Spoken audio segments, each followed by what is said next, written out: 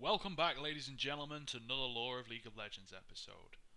In this one I'm going to be covering another city-state with information on Ionia and its rich history. In the coming episodes I'll be moving on to the other city-states, before moving on to the champions themselves. Enjoy!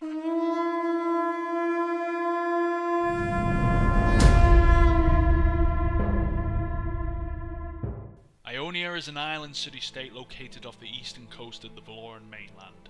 It is a naturally beautiful place due to its ancient trees, high mountains, lively forests and calm rivers. The view is marked by numerous gardens and temples, buildings ornately decorated, built in a way that prevents them from destroying any natural environments. The state itself is a haven for philosophers, monks and anyone seeking enlightenment. The island is also home to Valoran's greatest diplomats, famous all across the continent. Its peaceful population consists mainly of humans and yordles. The island is home to many spiritual schools and temples, working in harmony and helping each other in search for philosophical questions about the meaning of life. Ionians dedicate their lives to find the answers to those questions and find the source of inner peace, while many reach to different sources, whether it's looking for primal vitality or the excitement that comes from darkness. All Ionians agree that violence is distasteful. That, however, doesn't mean that they can't defend themselves. Ionians have martial arts as considered the pure manifestation of their ultimate goal, enlightenment. Some of the schools include the art of Wuju, which is looking to obtain spiritual awareness of yourself and your enemy. It is used by Master Yi as well as his trainee Wukong, the Monkey King.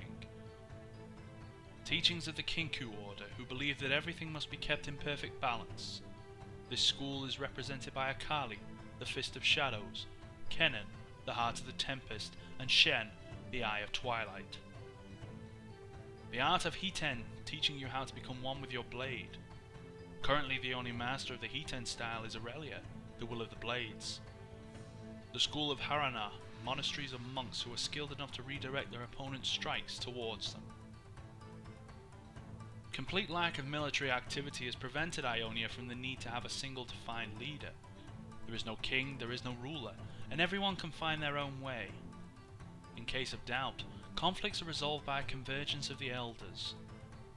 The elders are representatives of their provinces, chosen by proving themselves in distinction, a competition that's held every 5 years, testing the might of the body and the mind of the chosen person, such as Karma, the enlightened one, who sits amongst the elders as one of them.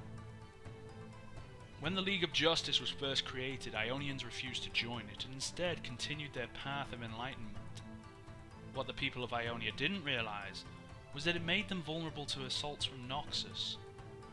The League's creation caused all wars to be banned and any military conflict would be punished harshly. But that only stood for a city-state who agreed to join the League. Ionia was not part of it, and because of that, they could be attacked. And so, Noxus seized the opportunity. Southern provinces, wealthy, and with open trade to the mainland, had been attacked by massive forces of Noxian soldiers, transported under the veil of the night. Their strikes were swift and unexpected. With very little resistance, they kept pushing forward. However, with each step the tide of war was turning. The Ionians never attacked back, but they were resisting attacks, refusing to surrender in response of resistance. Noxus's high command would send forth a notice to Zorn, asking for their aid in the matter.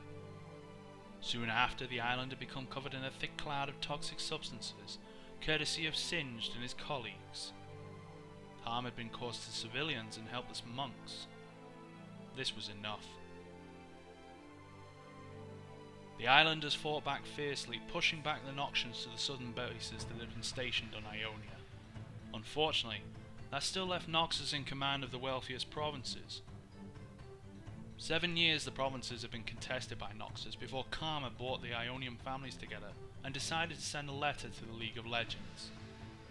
It was a petition to join the League to drive Noxus out of their land and ensure future security. A few months after, Ionia joined the League and summoners were chosen for a match now known as the Trial for the Isle. The Ionians fought bravely but lost due to some questionable circumstances. Many say the victory was caused by what had happened before the match even started. For example, harassing Ionia's champions. 3 southern provinces have now been legally occupied by the soldiers of Noxus in order to develop the island to the level where it would be able to defend itself and economically compete in the world. At least that's what the official note to the Demacian king stated. In reality, it was nothing more than an excuse. The Ionians became second-class citizens and were forced to do labour for Noxians with very little pay whatsoever. It caused a lot of protests, not only on Ionia but the whole of Valoran as well. But no rematch could take place until 10 years had passed. For 2 years the protests had continued, which included acts such as self-immolation. But as the protests were growing bigger and more visible, so was the outcry about Noxus exploiting the League's rules. Irelia, Will of the Blades, had demanded right for earlier rematch and was supported by Prince Jarvan IV, who stated that if the League was not going to accept those demands, he would visit Ionia personally. The Noxian High Command decided to grant the Ionians their wish, afraid of the consequences if the outcry for justice would not stop. The elders met and Duchess Karma officially announced Ionia's agreement for the rematch. If Ionia won, Noxus had to withdraw their forces back from the island and repay back everything they'd stolen. However, if Noxus was to win, the southern provinces would be joined to their lands, and elder meetings would have to be supervised by a Noxian representative. Amumu, Ashe, Kennen, Soraka and Udyr on Ionia's side faced a team of Misfortune, Morgana, Singe, Scion and Vladimir, gaining a decisive victory, dominating the Noxian force from the very start of the match. Victory had caused the Noxians to fall back and many reunions to take place. The Ionians had begun celebrating even as the Noxians began to leave the island, supposedly never to come back. Well, that's all I've got for you this time around. Let me know what you thought of the video by hitting that like button and leaving your feedback and comments in the section below. The next video will be on Bilgewater and Bandle City, so stick around and expect that video very soon. Thanks for watching everyone, and as always, I'll see you next time.